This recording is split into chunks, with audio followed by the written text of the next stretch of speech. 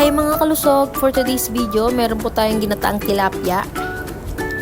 Ready lang natin yung mga sangkap. Gata, siling green, sibuyas, luya, pechay, at saka meron akong 4 na pirasong tilapia galing sa ref. At dahil galing sa ref yung tilapia natin, ayan, hugasan natin maigi. Siguraduhin natin walang mga natitirang mga kung ano-anong laman ng isda para madinis tayong kakain ng tilapia. Ayan. After natin mahugasan, i-transfer lang natin sa isang malinis na lalagyan. Pag nahugasan natin yan, nagpainit lang ako ng mantika at saka pinirito ko ng tilapia. Take note guys ha, ganyan ako magluto ng gata ng tilapia, piniprito ko muna. Tapos ayan, palalatan natin yung luya. Yan, dahan-dahan lang guys ha, kasi baka masugatan tayo habang naghihiwa ng kung anong matalas na hawak natin. After natin mabalatan, tuwain lang natin ng papaganyan. Medyo nagdadahan-dahan lang ako dyan guys kasi mapurol yung kutsilyo namin eh. Baka alam mo na, baka mahiwa pa yung daliri ko. Ayan. Tapos, hihiwain natin ng papahaba na papaganyan. Yan sa akin, goods na yan. Tapos, yan, hinugasan ko lang yung takip ng pinaglagyan natin ng tilapia kasi diyan natin ilalagay yung mga mahihiwa nating mga luya at saka sibuyas. Ayan.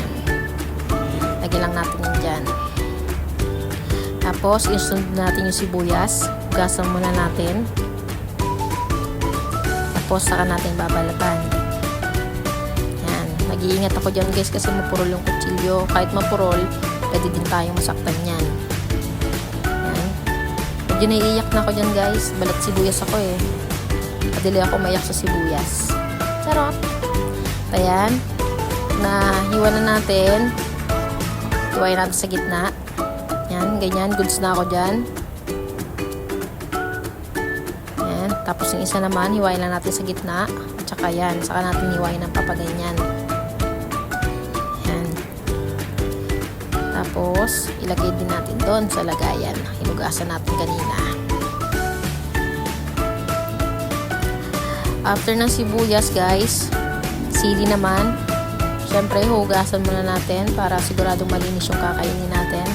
Tapos, ayan, tatanggalin lang natin yung ulo. Allergic ako sa ulo, guys. Tapos, ayan, hihiwain lang natin yan ng papaganyan. Ayan, kakapit na yan. Aanghang na yan, guys. Okay na yan. Ayan, ang pechay. Siyempre, hugasan din natin yan. I-make sure natin na malinis. Tatanggalin natin yung ulo. Yan, ayoko nga ng ulo, kaya tatanggalin natin yan. Tapos ayan, yung mga singit-singit. Alam ko dyan pumapasok yung mga lupa, kaya hugasan din natin yung maigit. Ayan, hugasan na natin yung pechay. At ayan guys, take note lang Ako kasi gusto ko kasi talagang ginigisa para lumalabas yung aroma. Ayan. Gigisa natin yung luya. Mayroon kasing iba na hindi nagigisa. Rekta na. Ako, gigisa ko muna. Ayan, sunod ko na yung sibuyas. Papalabasin lang natin yung aroma niyan, guys. Ayan, gisa-gisa lang. Mekos-mekos lang. Yun, may naiwan pa. Sayang. Kasama yan sa binayaran natin.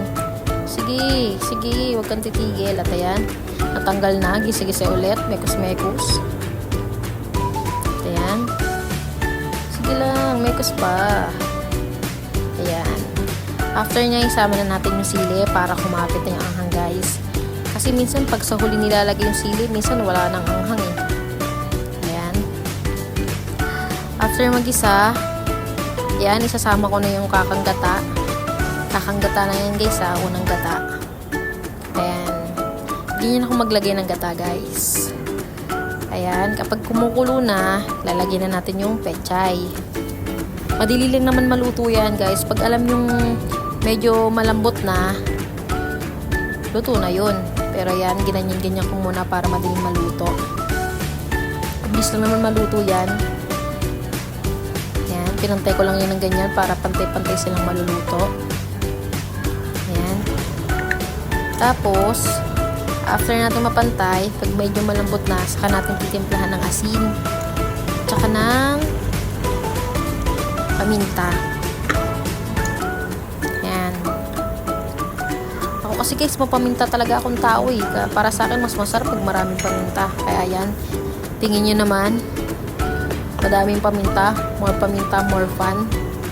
Ayan, mekos-mekos natin ng ganyan hanggang sa matunaw yung nilagay natin asin tsaka paminta. After nyan, titikman natin. Depende sa panlasa nyo, syempre. Ayan, okay na ako sa panlasa ko, kaya goods na yan.